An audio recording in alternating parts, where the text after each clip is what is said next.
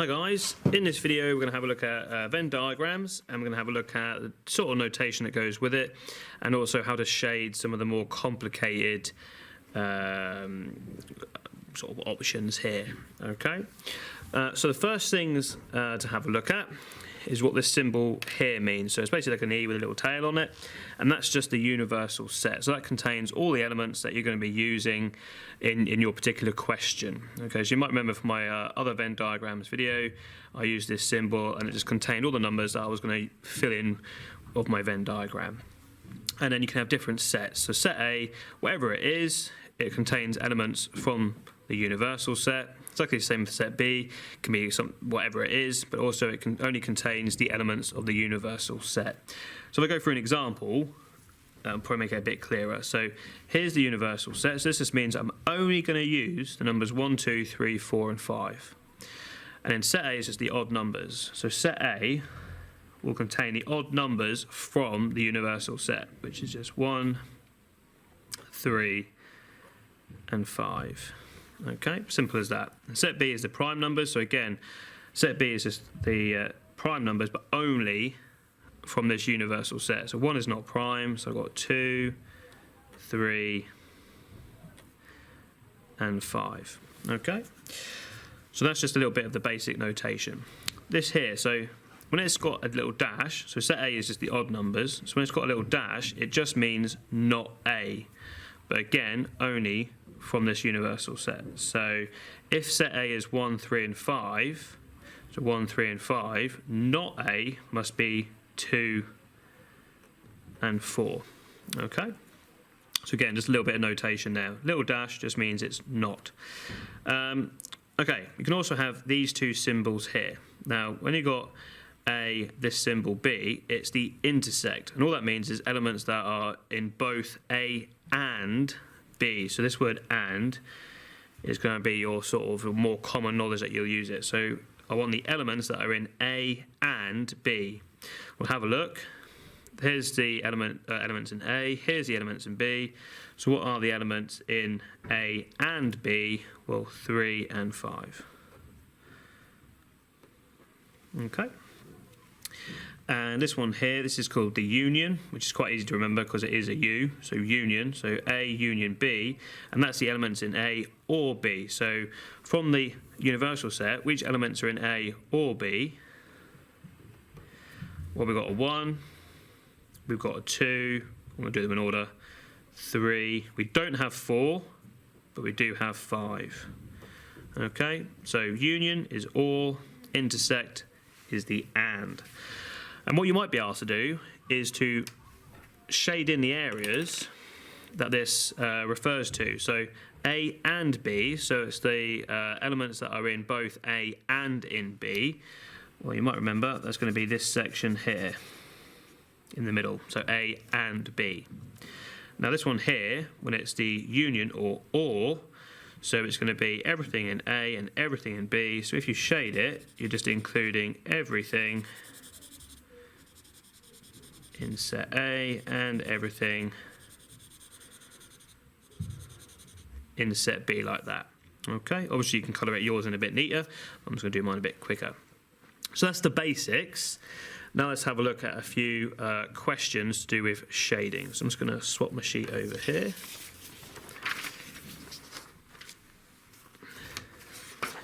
Like so. Okay. So the question will have a Venn diagram, or you might have to draw one, and it will say what it wants you to do. Now the best way, especially when you get to more trickier ones like this, is to have two separate colours. I'm going to have, let's go orange for the A and the pink for the B. So have two separate colours, and draw yourself a separate mini Venn diagram to do your working on. Okay, so this is going to be my answer. This is my final answer. This is just some working. Now I've obviously drawn this quickly, otherwise I'll be here forever. So when you get a question, draw yourself a quick little Venn diagram, and this is what you should do. First thing to do is with one colour, shade in the left-hand side. So this one here is not A. So I'm going to shade in everything that's not A. So remember, A is this whole circle. So I'm going to shade in everything that's not A. So it's all around the outside.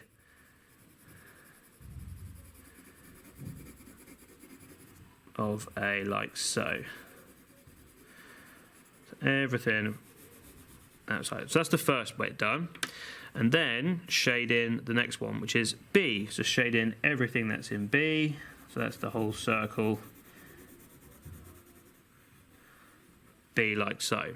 Okay, now why does that help us? Well, when it's and, in this case, remember this symbol here, it means and, your answer, you should shade in everything that has both the orange and the pink. So the only bit that has both, or and, both of them together, is this bit here, which is just the B. So my final answer, I would shade in this bit here. Okay, so when you're dealing with and, it's the thing, or in your working, it's the bit that's had both colours on it, which is that bit there. So let's carry on. So again, I've got not A. So again, with my one colour, I'm going to go around and shade in everything that's not A, like so. Okay, so that's the first bit. And again, I'm going to shade in B with my separate colour. Now this time, it's not and, it's or. And when it's or, you want to shade in your final answer of everything that's been shaded, because it includes everything. So or is everything that's not A or everything that's B. So in your final answer, you shade in everything that has been shaded in on your working diagram, which is something like this.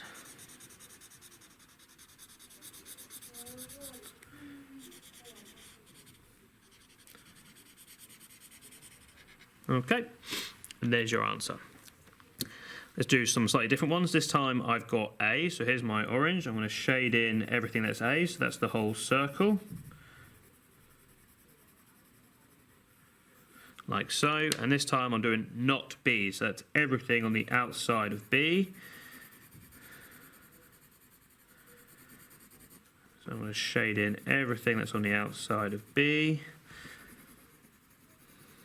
Try and do this as quick as I can. Okay, and we're back to and. So it's only the bits that have had both orange and pink, which is just this section here. So on my final answer, I'm just going to shade that bit in there.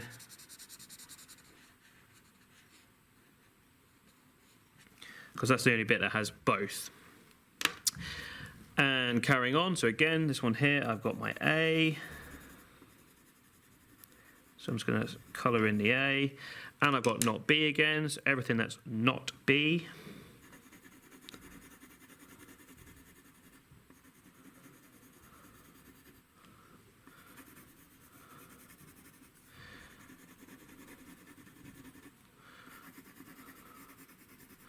Like so. And again, because it's or, in my final answer, it's just everything that's been shaded from my working diagram.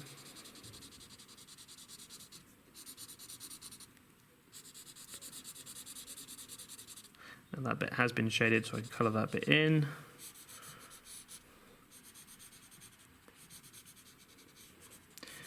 So you can do this a bit neater if you want, but I'm just trying to rush. So there's your final answer. So A or not B, shaded in, that's what it looks like. They're the bits that you include. So making it a bit more complicated now, if I've got not A, I go around and I shade in everything that's not A. Like so.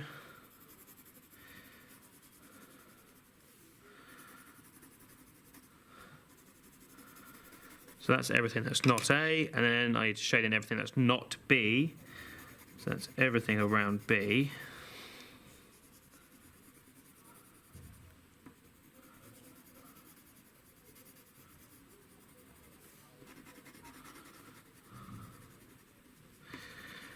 And because it's an or, it's everything that's been shaded. So as you can see, the only bit that's not been shaded is the middle. So on my final answer, I want to shade in everything apart from the middle.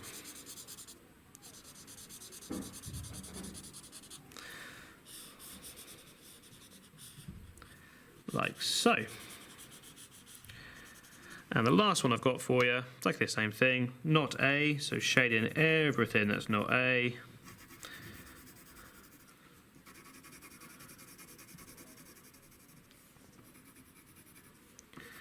Like so.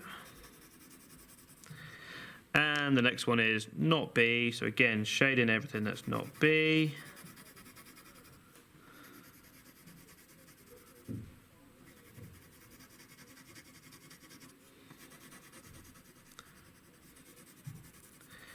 But this time it's the and, so it's only the bits that have been shaded in both.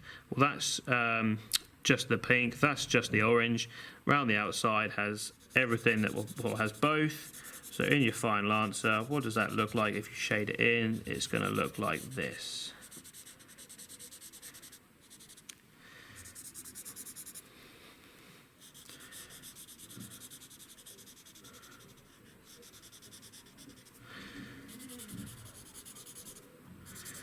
Okay, so hopefully that strategy will help you work out what you need to shade in or what the actual particular question is referring to.